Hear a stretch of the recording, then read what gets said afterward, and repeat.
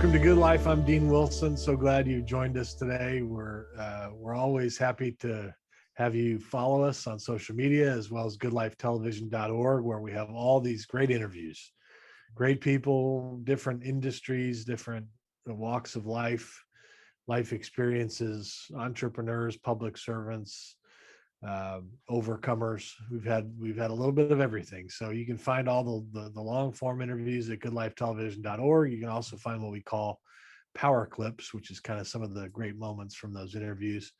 And you can find us on all the social media platforms, which we love. This program is brought to you by the Turner Foundation, which you can find at theturnerfoundation.com. I'm so excited today to have James Shipe with me. James, welcome. Thank you. Nice to be here. James is a financial advisor at Edward Jones, so he manages money, helps families with achieving their goals, and in a exciting business. And James has a heart for foster children, which we're going to talk about. But I really want to start, James, with your story. It's been a journey, and reading about it, I was reminded of the fact that, none of us pick the situation or family that we're born into. So it's just, some people have a much more difficult or, adventurous journey than others. And you certainly have had an amazing one. And to see where you are today is remarkable. So I thought it'd be good to just start with kind of tell your story from kind of when you can remember and kind of going back there. Sure. I won't tell you everything I remember. We'll be here for a long time. My story kind of begins, when I was about 2-3 years old. I have a biological family, and then I have what I call my real family. My real family is the family I got adopted into. My biological family is my biological parents, right? So around the age of 2 and 3, I had 2 biological older brothers, a biological older sister, and a biological younger sister who eventually got adopted with me. And we all had different dads. Around the age of 4, I was taken away from them due to various reasons. I went into multiple foster care homes at that time. If I remember correctly, it was 7 different foster care homes. Unfortunately, I was a trouble child, and a lot of foster parents did not want me. A lot of schools either didn't want me. And so I bounced around quite a lot.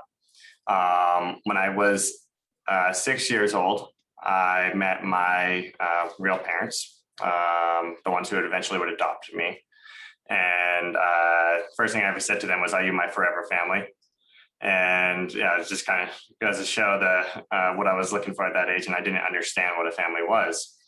And at the age of 7, I finally got adopted by them. And I being a problem child, I was definitely behind most kids. If I remember correctly, I joined at the end of 1st grade. So I went into a brand new school right at the very end, and I was, not even kindergarten or pre-K level when it comes to reading, writing, speaking, etc. So my parents had to be super strict on me to get me to catch up, but eventually I did.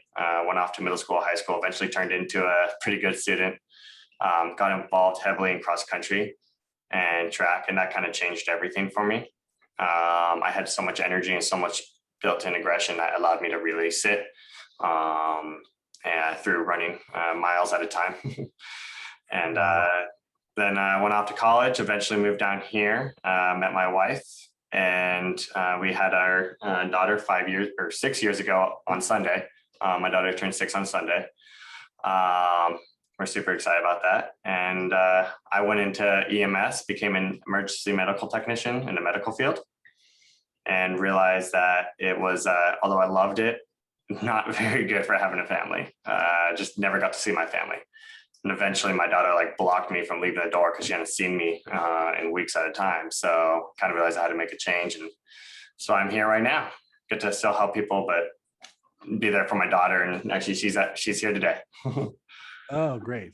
So you, when you're introduced to your real family now, you actually asked them, is this forever? Is this, I mean, you asked that question. That's my first thing I ever said to them. And they didn't say hi. It was, are you my forever family? Wow. And so what did they say? I'm assuming yes, but how did they answer that question? They didn't. They introduced themselves. Rightfully so. I mean, they didn't really know me quite yet. So they didn't want to say yes or no or whatever, because it's hard to, if it didn't work out, they didn't want to say yes and then break my heart. They don't want to say no because they don't know yet. So they just introduced themselves, who they were, and asked me a few questions. Wow. So, yeah. So tell me about them and kind of their impact on your life. How did they deal with you? I mean, you were a rambunctious kid. It sounds like you call yourself a problem kid, but how did they deal with that, and how did you acclimate? Sure. I was grounded a lot.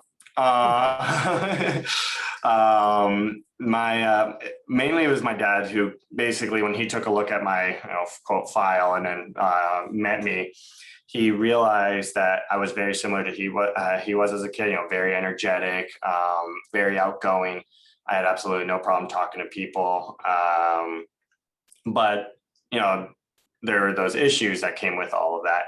And then I had more on top of it. So he felt like he could really help me, which is why he chose me. And they just wanted one child and they got two, because I wouldn't leave my biological younger sister. So that's why she got adopted with me. My mom was a lot more hands off. She's Jewish, so I joke around. She was a strict Jewish mother. But when it came to raising me, she was a little bit more hands off. So it was a lot more my dad, and he basically made it known to me that he wasn't going to accept anything bad for me. I didn't have to be perfect, but if I had to stay within a certain parameters, and if I crossed that parameter, I'd be in trouble. And it would take me a while to kind of earn his trust back. So there was a learning process with it, of course. It started off with being grounded for a week or 2 weeks, and then what he eventually learned is when he would take things away from me, that's when I would actually listen.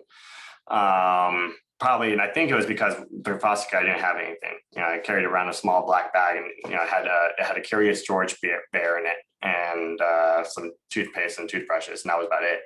So I liked the fact that I had things. So as soon as he started taking those away from me, when I was misbehaving, I would start behaving. He also realized with all my energy, he needed to get me into sports. So we tried out basketball, golf, and cross country and track, and I found my calling in cross country and track. And once that happened, I started to acclimate very well. In elementary school, I was always in the principal's office, always grounded, always being sent home. And I actually made it. I'm very, how do I say this?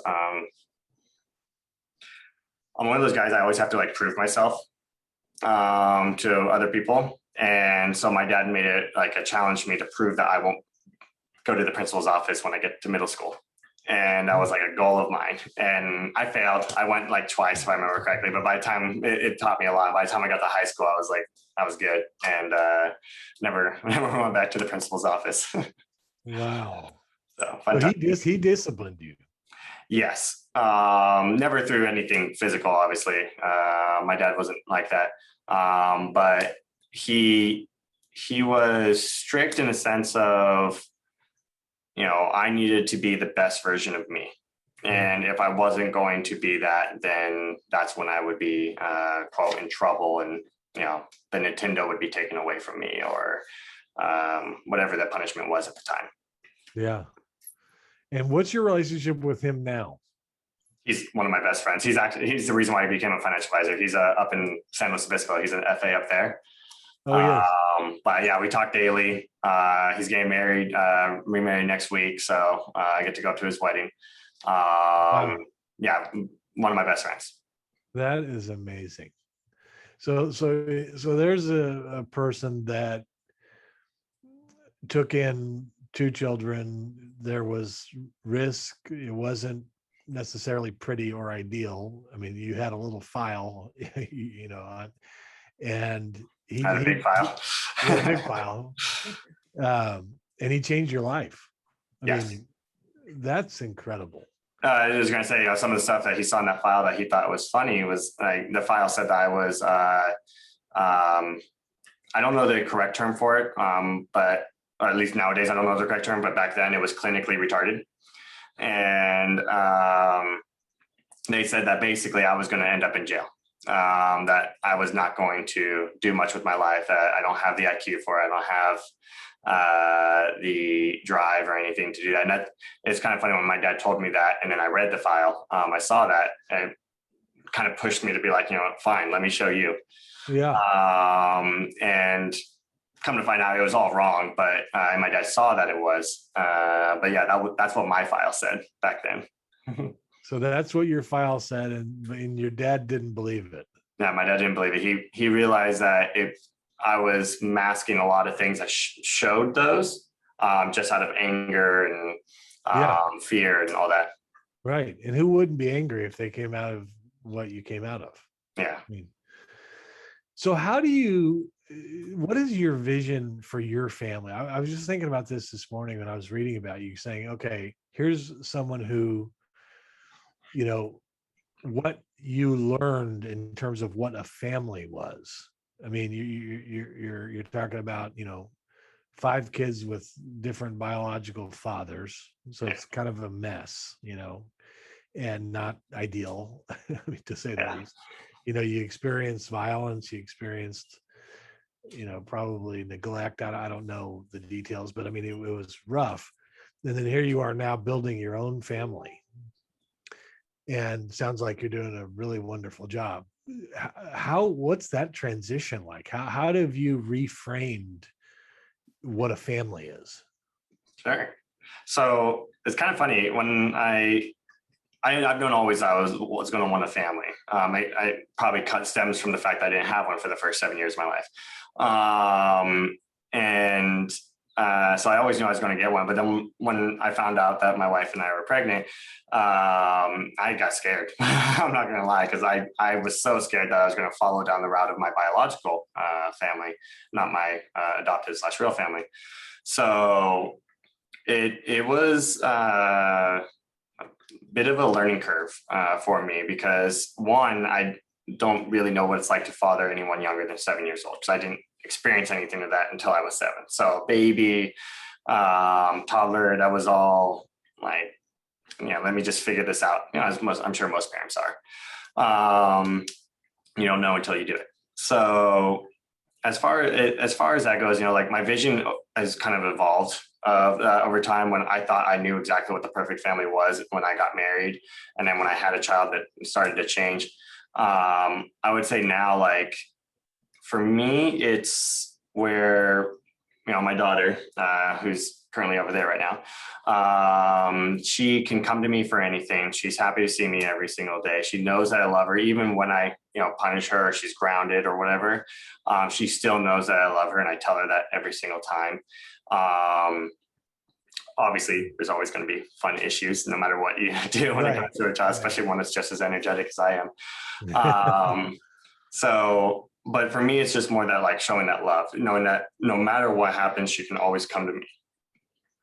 And I'm figuring out how to do that as a parent, and I'm still learning. She's only 6. I got teenager years to come, so it'll change at that point, I'm sure. I'm right in the middle of that, just FYI. Okay, so I have 4 teenagers right now, so I'm exhausted, and I'm so sorry. Yeah, and so it's I'm sure it changes when I become a teenager. Right now, she thinks I'm pretty much God, and I'm the greatest thing on earth. Enjoy those years. Yes, I don't know anything at the present time. Nothing. It's so I am definitely enjoying this, and right now it's just about making sure, and that's why, again, EMS was hard for me, because I was never there for it. Like I love doing it. I loved going out and helping people, but I was sacrificing my family too. So coming here, I could take my daughter to the office. I can go home when I want, and I make sure that she understands that that I am there for her all the time, and we can, talk about anything that she wants to talk about. And how does your wife process all this, or how does she she must have great admiration for you in terms of what you're doing after what you've been through. But how is she in this whole mix? Sure. So my wife and I are very funny. We're very much the opposites attract. I'm the extrovert. She's the introvert. I'm the super hyper one. She's a much more laid back one. And I think, I think why she married me is because I push her to like push her boundaries and go for her goals. And that's something that she's never really done before. She's always been much more of a, oh, I'll save that for later. I'm not worried about that. And it's too hard. I'm not interested in that. So I kind of force her to push her boundaries there. When it comes to our daughter, it's a funny story because my daughter is literally a clone of me. The super energetic, loves to talk to other people, will go to a park and introduce herself to everyone. And then she'll go and introduce her mom to everyone. And her mom's much more like, I don't want to talk to anyone. Like, you go have fun. I'm going to go sit over here and just watch. But so she's learning. Her family's all much more like her. So our daughter, Lila, was like a brand new like experience for her. So it's a lot of fun to watch. Wow. And now I read that you have thoughts about adopting. Yeah. A lot of people in my family are adopted. So like my mom, my real mom who adopted me, she herself was adopted as a baby. Her brother was adopted as a baby. My nana was adopted. So, and then I myself obviously am adopted. So I want to continue that. And my goal is to find someone similar to me, someone who doesn't have exactly the best background, someone who can be helped, and someone that I know I can help, because I don't want to just go choose like the child who has the most problems if I don't think I can actually help them. So yeah, my wife and I are looking looking to start the adoption process here coming up. Wow. So you're going to do that? That's our goal. Yeah. Right now I'm doing a bunch of research into it and trying to figure it all out because it's changed since I was adopted.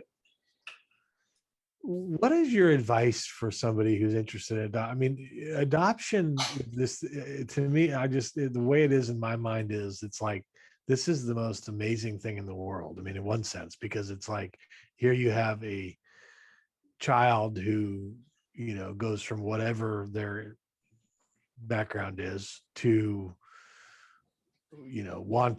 adopted into a family that, and yet you hear horror stories, like the average. Yeah. So, you're an expert on this. You have adoption all around you. And I just think it's such an amazing thing. And yet, it sounds like it's not for the faint of heart, how would you advise if somebody's watching right now and they're thinking about adopting, or it's in their mind, but they're kind of like, oh man, what are we getting ourselves into? How would you advise that person? I would say the biggest thing is make sure even if you don't love them off the bat, which love takes time to develop. Make sure you show that child all the love that you would if they were your own flesh and blood. Because for me personally, I don't get it nearly as much anymore, but as a kid, I was always bullied saying like, oh, you're adopted, blah, blah, blah. And I always had to say, well, I got to choose my parents. But over time, I learned that it's people who say that like, oh, that's not your real child. Like they just don't understand. My real parents are my adopted parents. They are my only parents. My biological parents happens to be the ones who gave birth to me. But they are not my daughter's grandparents. They're not my parents. They have they are not in any way, shape, or form family. My real parents, my adopted parents, are my real family. And they did that through showing love.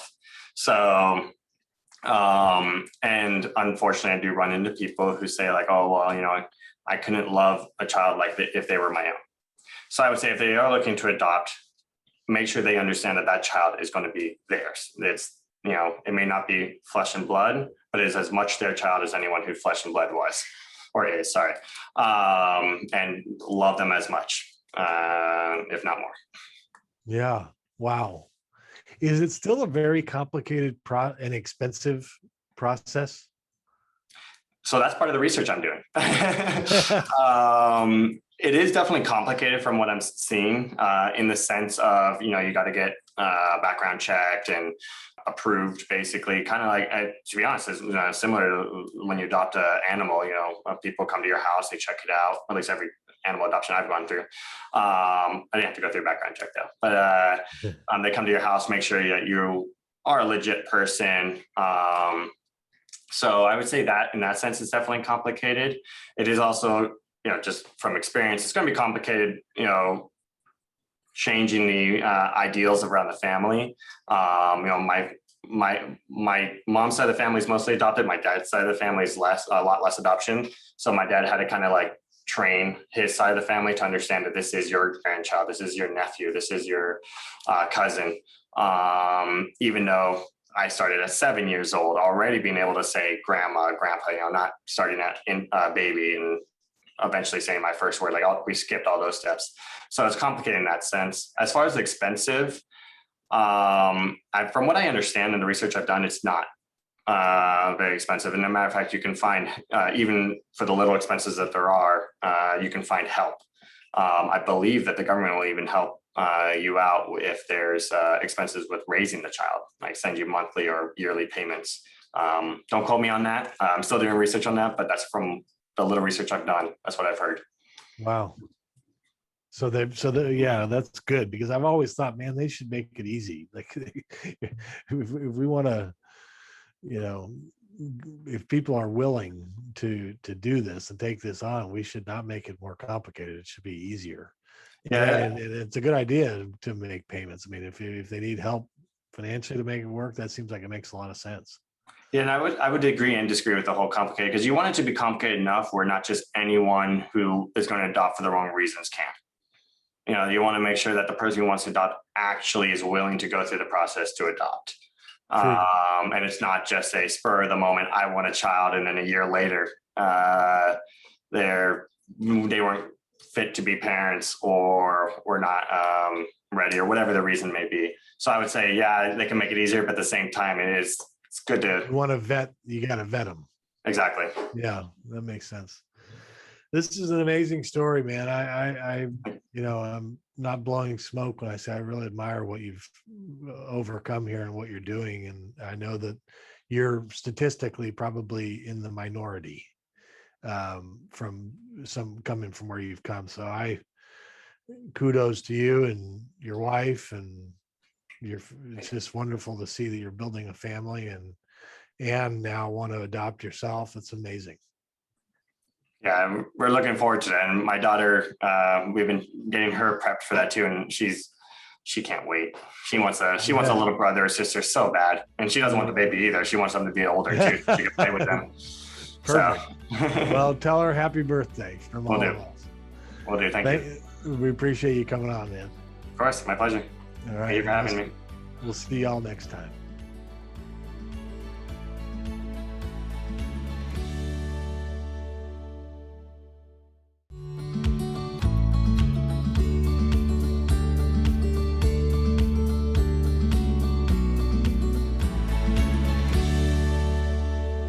I'm Dean Wilson. This is Good Life. We're going all over the world on Facebook, YouTube, Instagram, and we're locally on TV Santa Barbara here in Santa Barbara, Channel 17, and we're grateful to have you with us. I have two really special ladies with me today, Grace and Debbie Fisher. Welcome. Thank you for having us. It's great to have you. It's great to finally meet you, Grace, and it's a pleasure to have you here. I wanted to start with just talking a little bit about your family. And kind of maybe, Debbie, you could start at your family, your husband, and kind of the road up till now. Okay. Well, I was born and raised in Santa Barbara, and my husband was born and raised in Thousand Oaks.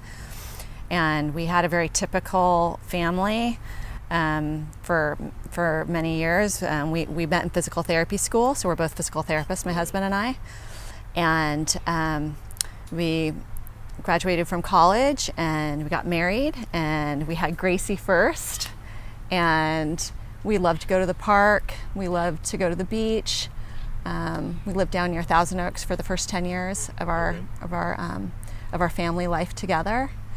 And then her little sister Emily came aboard, and she added some new dimensions. And I loved Gracie so much when she was born, so I was so scared when my second came along that I felt sad because I thought maybe I wouldn't love her as much, but I did. You do. It's funny how that happens. You do. Just as much love for both of them. So we had a really happy life together, doing typical things that a typical Southern California family would. Yeah. And what kind of activities were you involved in, or what would you like to do?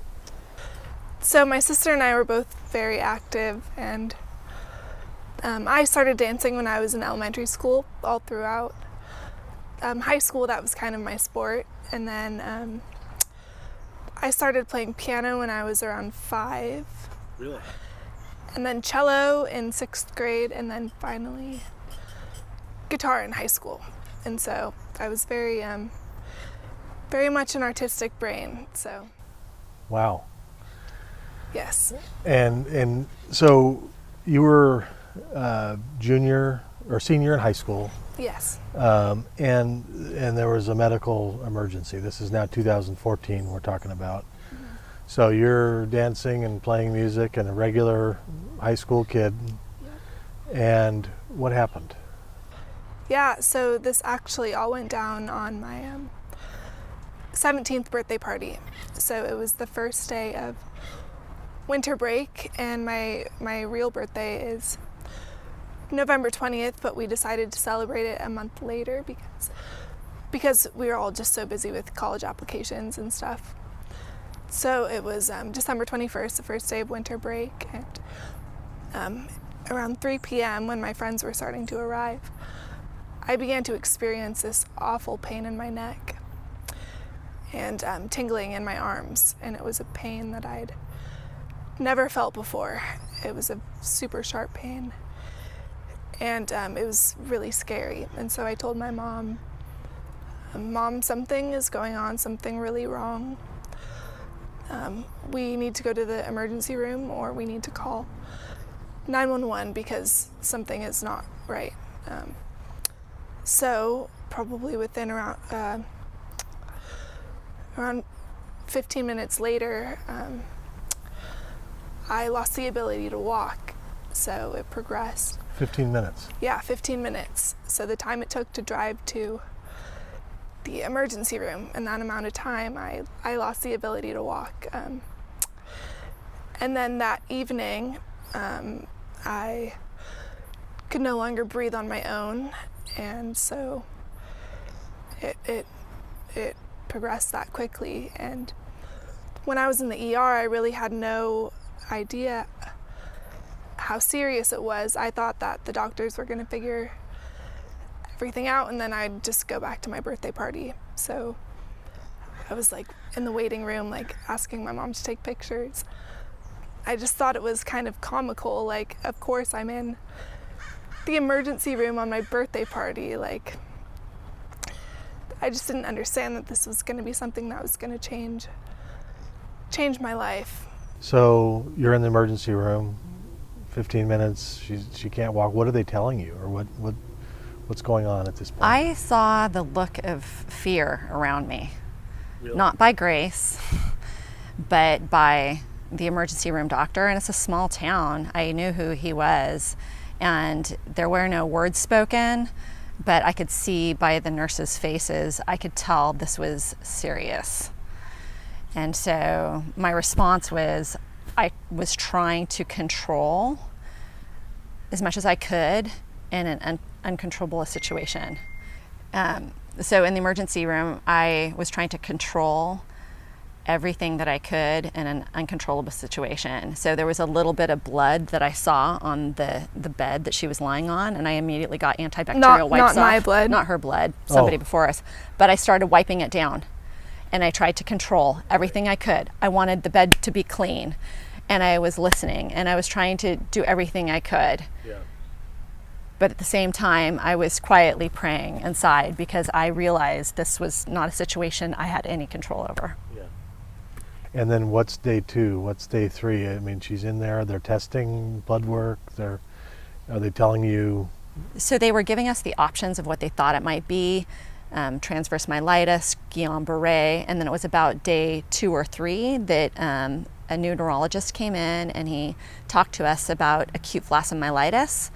And when I heard that, he said there's a new diagnosis called acute flaccid myelitis. We sent Grace's MRIs to Texas to Dr. Greenberg, and they laid the MRIs on top of one another, and Grace's spinal cord looked like these other cases of acute flaccid myelitis.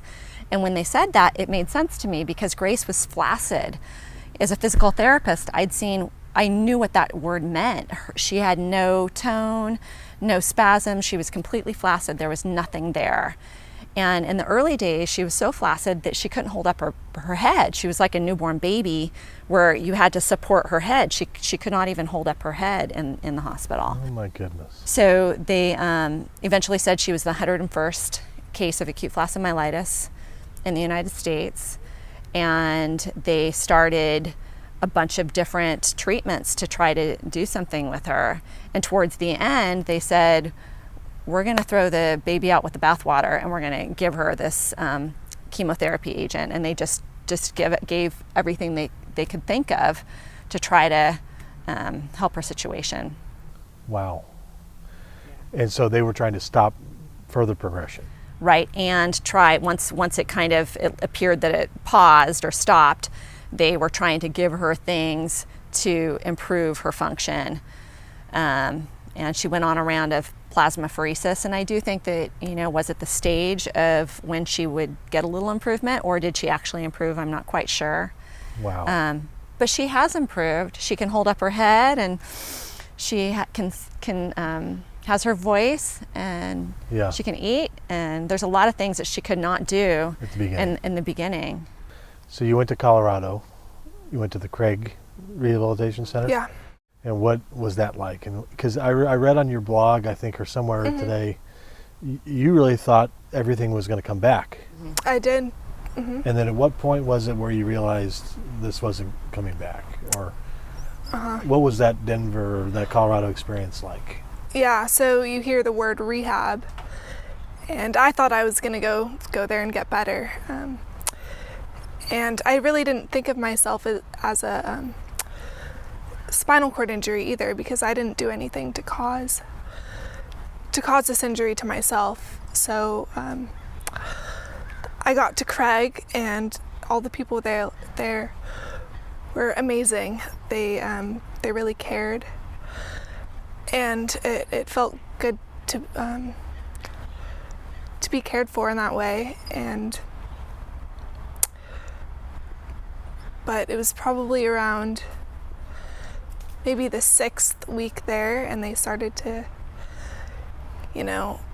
say, okay, what color are you going to want for your wheelchair? And these long-term questions, and I was like, wait, color for my wheelchair?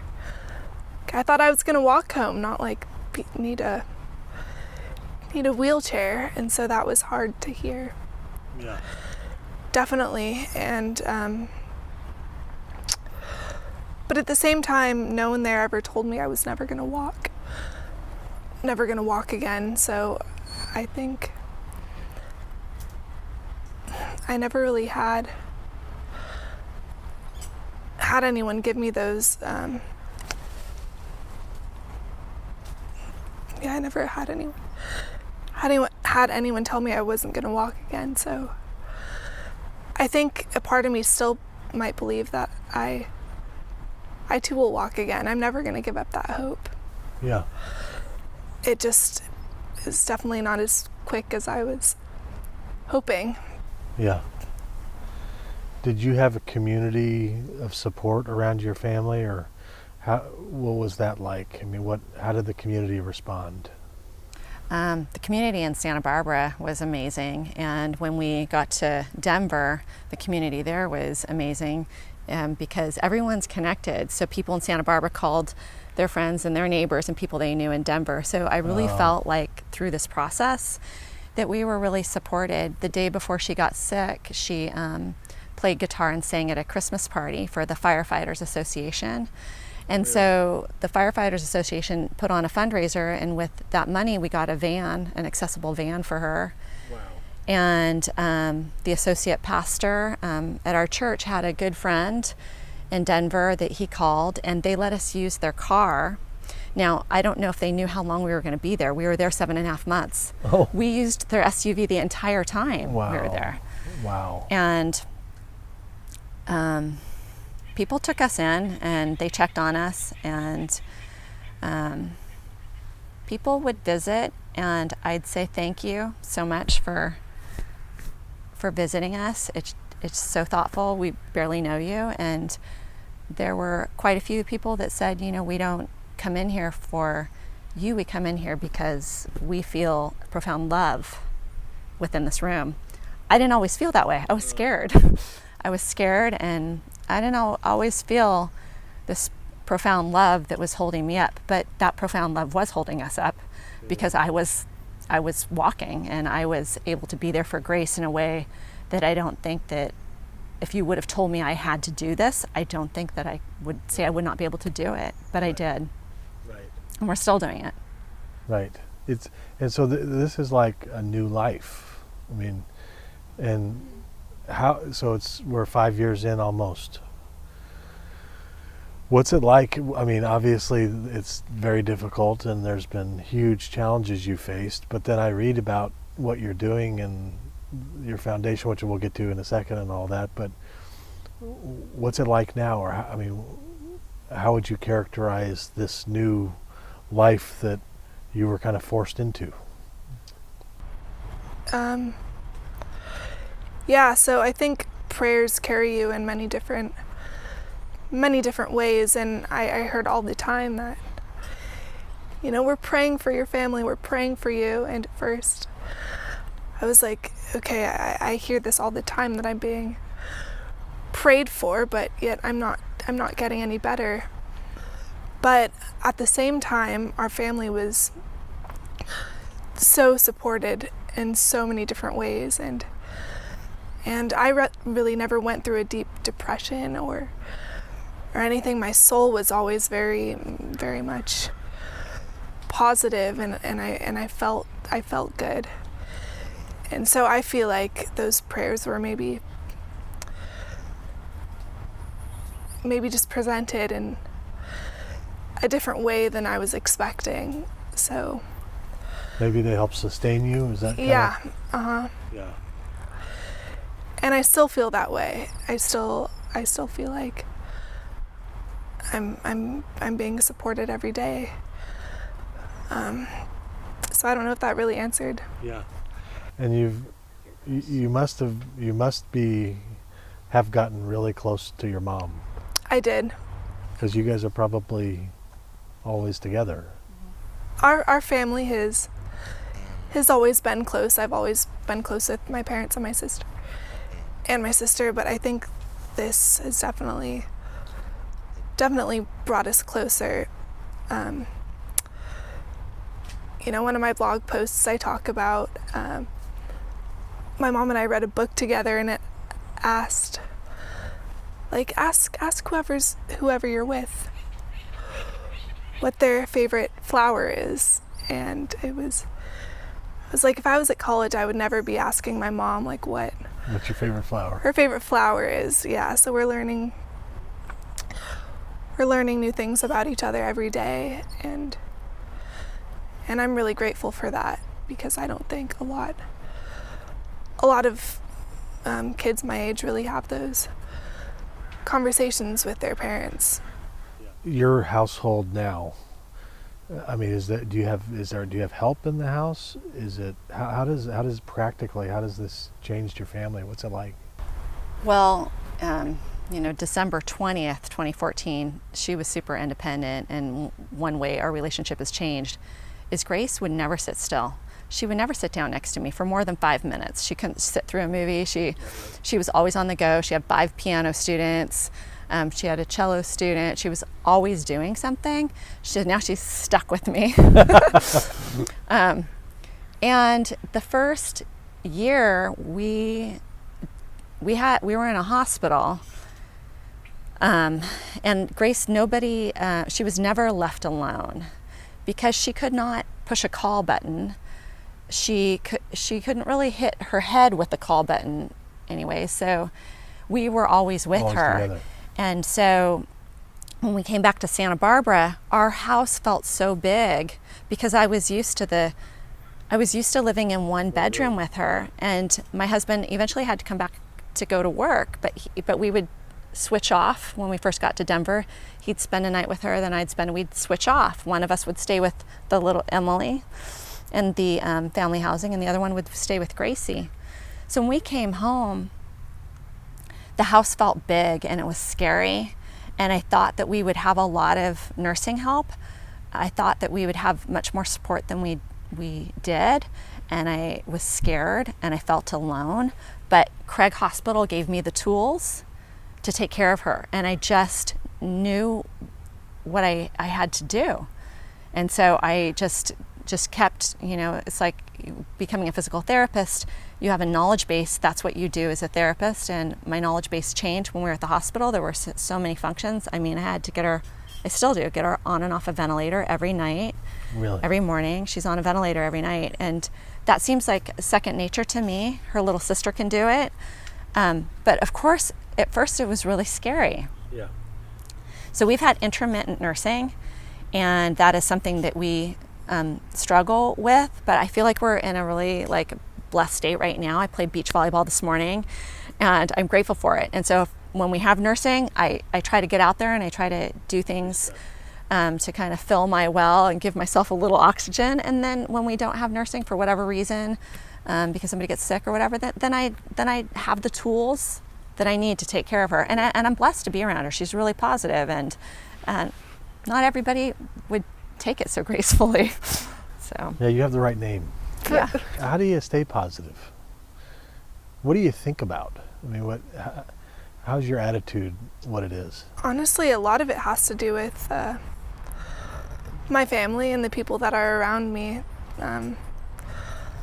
I don't think I'd be as positive as I am without such an amazing family. I mean, and friends. I have a really great group of friends too, and so I think that's really sustained me. And I think I really try to keep myself busy.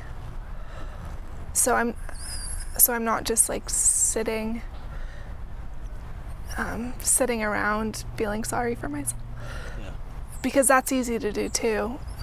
So I really try to stay busy. Yeah. How has your perspective changed just in life? And full disclosure, I mean, we have a brain injured daughter. It was very different than this, in that Ella Claire's injury happened in the womb. She had a stroke in the womb, so we never knew a different life than what we have with Ella Claire. She was born with brain injury, and so, and yet, even though it happened in the womb, we had a perspective change, and life changed. And I could talk about that for a program. Maybe I'll interview myself someday. You should. But lots of good things have come from that perspective change. But I'd be interested to hear how has your perspective on life changed since this all happened? After living in the hospital for 7 months, when I came home, Grace and I would sit and look out the living room window, and we'd say, Grace, look at the hummingbird, look at the bee that's in the flower. And I always had an appreciation for nature, but I think that the appreciation we have for the beauty that's around us, beauty in nature, but beauty in people. And it's very easy to say, oh, why hasn't that person, I thought that person was close to us and they haven't been by to visit. It's very easy to go down to the path, but Grace helps me. You don't think about that. Think about the practical stranger that gave us their car for 7 months. You have to kind of keep yourself in a perspective of positivity. And one of the things that we talked about early along is it's so painful to look at the past, and it's scary to look at the future. So you have to live in the present. So my perspective of truly trying to live in the present, Right. that has probably been the biggest change. Yeah. Yeah. But I still get anxiety over my younger daughter who stays out late. You'd think after something like this, that maybe you wouldn't have anxiety with your other kids with other things, but you still get it. You know. Right. So I want to talk about the Grace Fisher Foundation, and I was reading today on your blog, which, by the way, is a great title for a blog, savinggracesb.com. So I'd encourage our viewers to go to savinggracesb.com. But you talked about in one post about redefining possible. And I think with the Grace Fisher Foundation, working with special needs kids, my understanding is you're bringing in the arts, music, art, and dance. Talk to us about that. Where did this come from, and what is your vision for the Grace Fisher Foundation? Yeah, so when I was at Craig, the phrase redefining possible, that was posted everywhere. That was on their bridges. That was kind of their catchphrase. And when I was there, they introduced me to art and music therapy. And that was really a good way for me to get out of my head.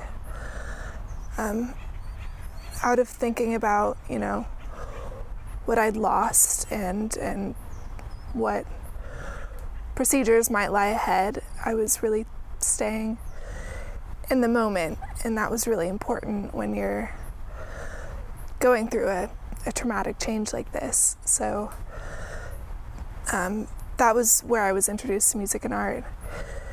And I just realized how much it helped me when I was there, and I wanted to bring that to other kids in Santa Barbara that also might be dealing with a disability or a special need of some kind. And so that's really where my idea came from.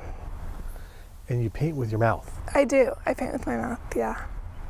That's amazing. So I put a paintbrush in my teeth and I paint, and at first that was really a good way for me to strengthen my neck.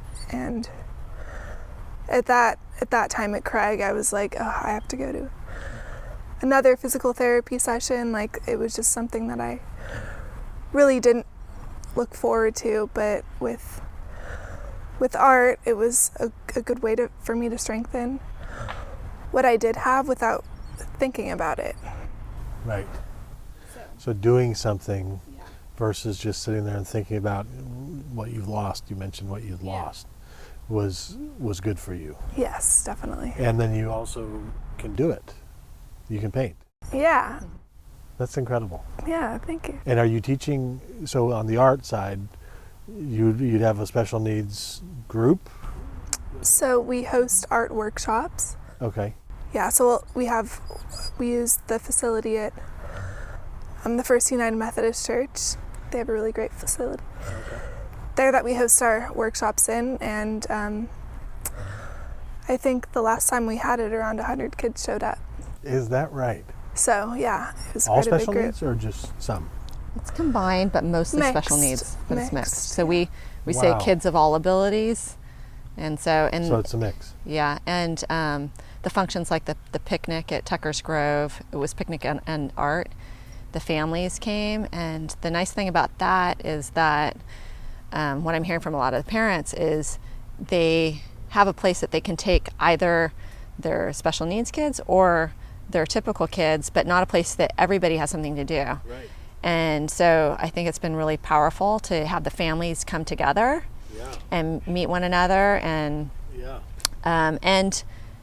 you see how small the world is. One of the gentlemen that came, he said, you know, you and I went to high school together. I didn't realize the father and I had gone to high school, because Gracie and I both graduated from Santa Barbara High, but me quite a few years before. And he has a daughter that loved the day of art that Gracie provided. And so kind of reconnecting through her days of art and her activities. And music. So what does music look like for you now? I mean, or how's that part of the foundation program? So before I got sick, I was supposed to go to music school.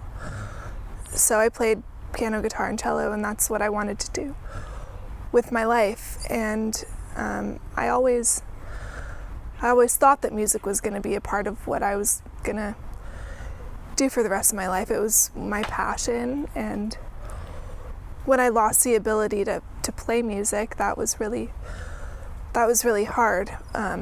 But technology has really made it possible for me to compose music. So I'll be going to school for that in the fall. Really? Music composition? Yeah. Wow. Is there anything online that we can find and listen, or? I have stuff on my YouTube channel. Some On YouTube? Yeah. Your YouTube channel? I think it's just under Gracie Fisher. Gracie Fisher. So I want to encourage people to give to the Grace Fisher Foundation. I'm assuming private donations is kind of how you, and so I want to encourage folks to do that. Our foundation is going to be involved with that, and I think it'd be great for people who are listening to, watching, to give to that, because that sounds wonderful. You know, special needs is such an interesting thing, and we're a special needs family now for 17 years, and I think the suffering and the intensity and the emotion, you know, somebody once told me it's kind of like having a bomb dropped on your family in terms of it affects everything. The finances, the future, the emotions, the marriage, the other kids. And I think it can send you in one direction or the other.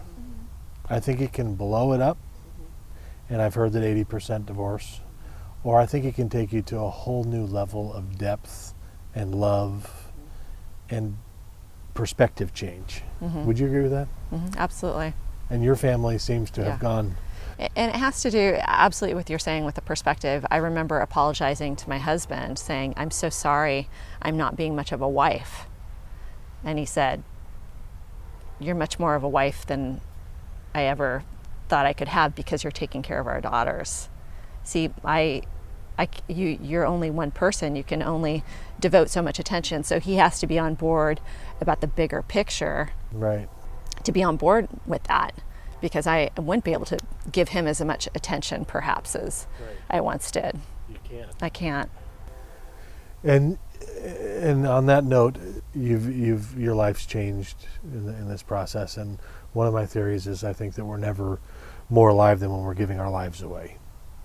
And of course, the scripture talks about no greater love than when you're laying down your life for your friend.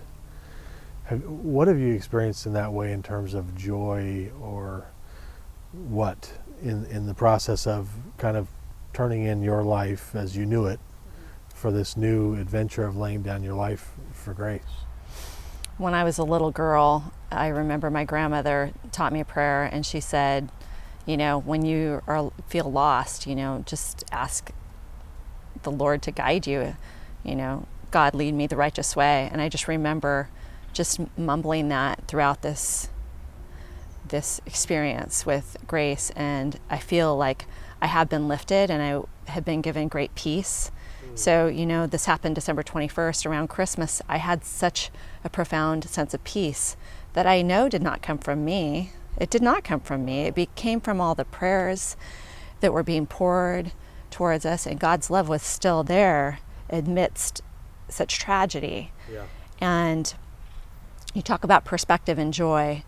It was such a high to watch Gracie dance and her piano recitals, being a madrigal. What a great honor to be in madrigals. The highest choir that I didn't get near that when I went to Santa Barbara High. Those were such highs watching that. Many people, it might be soccer, their kid gets a goal. For me, it was her performance. And I always knew that her positive energy and her light was such a gift. And I always would say, you know, gosh, God, thank you for her positive energy. I'm so grateful for her effervescent energy. But after all of those physical talents were stripped away, she still has her positive light. That is great joy. It gives me great joy to see that she still has that light within her. And I think that what other parents can learn from you and I who have had children with difficulties is that there's something that is far beyond what their physical capability is. Right. Good point. Yes. And they need to be loved, and they love us. And truly, that is the most joyful thing we can experience. Yeah. I had a friend tell me once, the spirit is deeper than the cortex of the brain. And I can see it all over your smile, all over your face. You have this glow, you have this joy, your spirit's probably never been more alive, even though your body's struggling. And I see the same with Ella Claire. There's just a spirit, a joy that she changed our life. She changed our family because of that. She's not running marathons, but she brings that, and it's an incredible gift. I wanted to mention this, and so there's this balance for special needs families where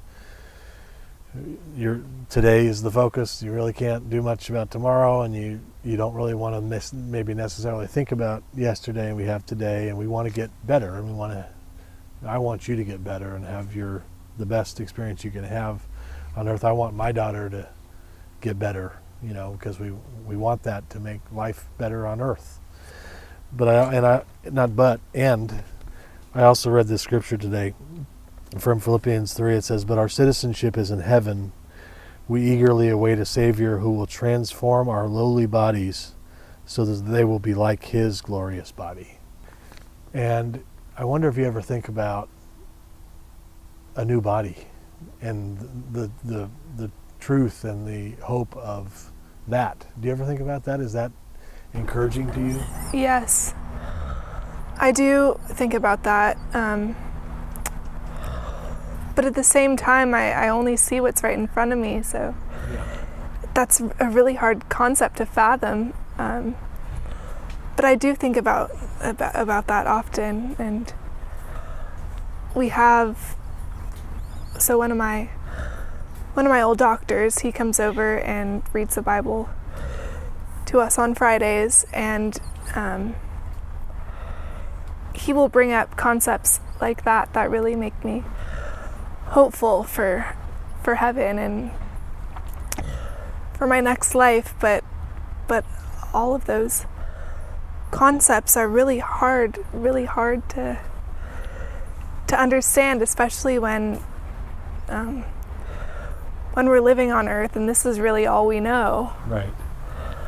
So my faith is always growing, and I'm always questioning it, which I think has been good for me in the long run. Yeah. Well, you guys are an inspiration, and we look forward to partnering with the Grace Fisher Foundation, and it's really encouraging to meet you and hear your story, and I think it'll be encouraging to a lot of other people too. So Thank you. Thank you for having us. So I want to thank Debbie and Grace Fisher for joining me today. I want to say to anybody at home who might be a special needs family or know a special needs family, I hope this has been encouraging to you, that there is life, there is joy that can come in the middle of suffering. There's hope, and we hope it's been an encouragement to you. So wherever you are, God is good, you're good, and this is Good Life, and we'll see you next time.